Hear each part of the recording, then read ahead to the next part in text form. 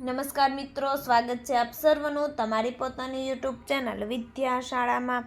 ધોરણ 8ની જે નવી સ્વ અધ્યયન પોથી આવી ચૂકી છે. આપણી ચેનલ ઉપર આ નવી સ્વ અધ્યયન પોથીના બધા જ વિષયના બધા જ પાઠના સંપૂર્ણ સોલ્યુશનના વિડીયો પ્લસ પીડીએફ બંને મૂકવામાં આવે છે, જેની લિંક તમને નીચે ડિસ્ક્રિપ્શન બોક્સની અંદર મળી જશે.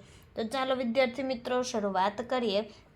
ધોરણ 8ની જે નવી સ્વ અધ્યયન પોથીના ભાગ નંબર 4ના ગુજરાતી પાઠ નંબર 11 વળાવી બા આવી, તેમની જે નવી સ્વ અધ્યયન પોથીનું પોસ્ટર પણ અહીં આપેલું છે.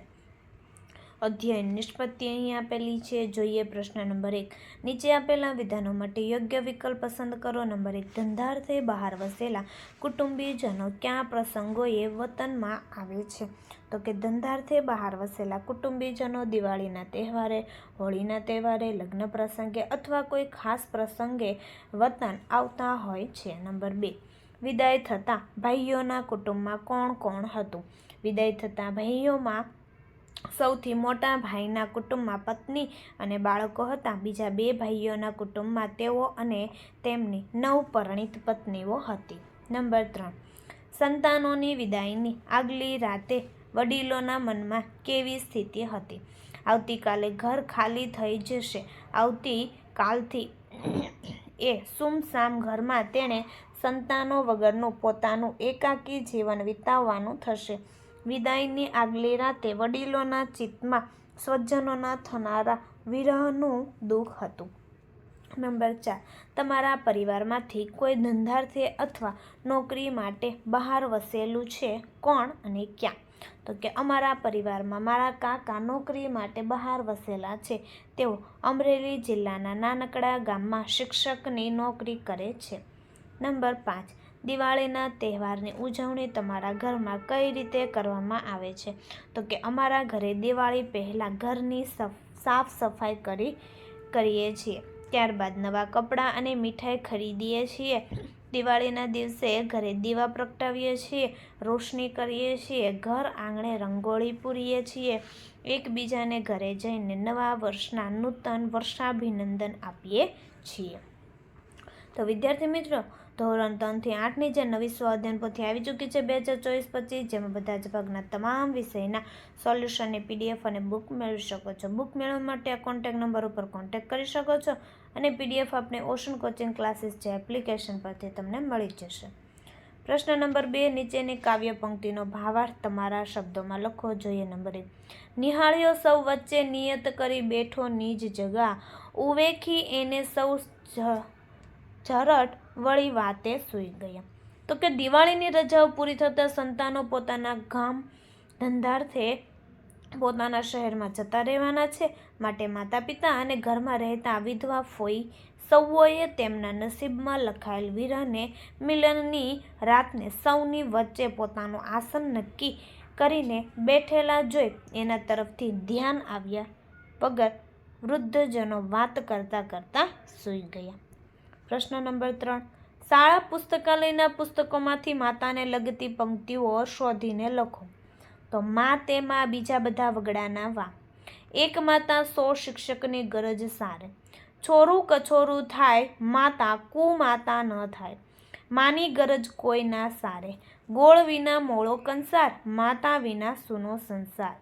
જનની અને જન્મભૂમિ સ્વર્ગથી પણ મહાન છે. જનનીની જોડ સખી નહીં જડે રે લોલ.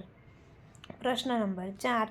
નીચે આપેલા વાક્યો વળાવી બા આવી કવિતાની કઈ પંક્તિઓનો અર્થ ધરાવે છે તે શોધીને લખો. નંબર 1. પોતાના સંતાનો ધંધાર્થે દૂર દૂર વસેલા છે. તો કે વસેલા ધંધાર્થે દૂર સુદૂર સંતાન નિજના. નંબર 2. અડધી વસ્તી ઓછી થઈ ગઈ, આખું ઘર શાંત થઈ ગયું. ગઈ અડધી વસ્તી, ઘર થઈ ગયું શાંત સઘળું. નંબર 3. આખા ઘરમાં વિરહ વ્યાપેલો જોયો ને તે પગથિયે જ બેસી પડી. ગૃહ વ્યાપી જોયો વિરહ, પડી બેસી પગથિયે. નંબર 4. પોતાના બધા સંતાનોને એક પછી એક વળાવીને બા આવી. વળાવી બા આવી નિજ સકલ સંતાન ક્રમશઃ. નંબર 5. સવારે ભાભીનો ભર્યો પરિવાર લઈને ભાઈ ઉપડ્યા. સવારે ભાભીનું ભર્યું ઘર લઈ ભાઈ ઉપડ્યા. પ્રશ્ન નંબર 5. નીચે આપેલા શબ્દ સમૂહ માટે એક શબ્દ લખો. નંબર 1 વિધવા સ્ત્રીના નામ આગળ માનાર્થે વપરાતું વિશેષણ તો ગંગા સ્વરૂપ. નંબર 2 નવી પરણેલી સ્ત્રી, નવવોઢા. નંબર 3 પ્રિય વચન બોલનારી અને ધીમું ધીમું હસતી, પ્રિય વચન મંદ સ્મિતવતી. નંબર 4 પ્રિયજનોનો વિયોગ, વિરહ. નંબર 5 ઘરમાં પ્રસરેલું, ગૃહવ્યાપી. પ્રશ્ન નંબર 6 અલગ પડતો શબ્દ છેકી નાખો. જોઈએ ધંધો, વ્યવસાય, વેપાર અને નોકરી તો નોકરી. નંબર 2 જનની જાનકી, માતા જનેતા તો જાનકી. નંબર 3 સ્મિત, હાસ્ય, રુદન, મલકાટ તો રુદન. નંબર 5 પિતા, જનક, તાત, પિતૃત્વ તો પિતૃત્વ ઉપર છેકો. નંબર 5 રાત્રિ, નિશા, અંધારું, રજની તો અંધારું ઉપર છેકો.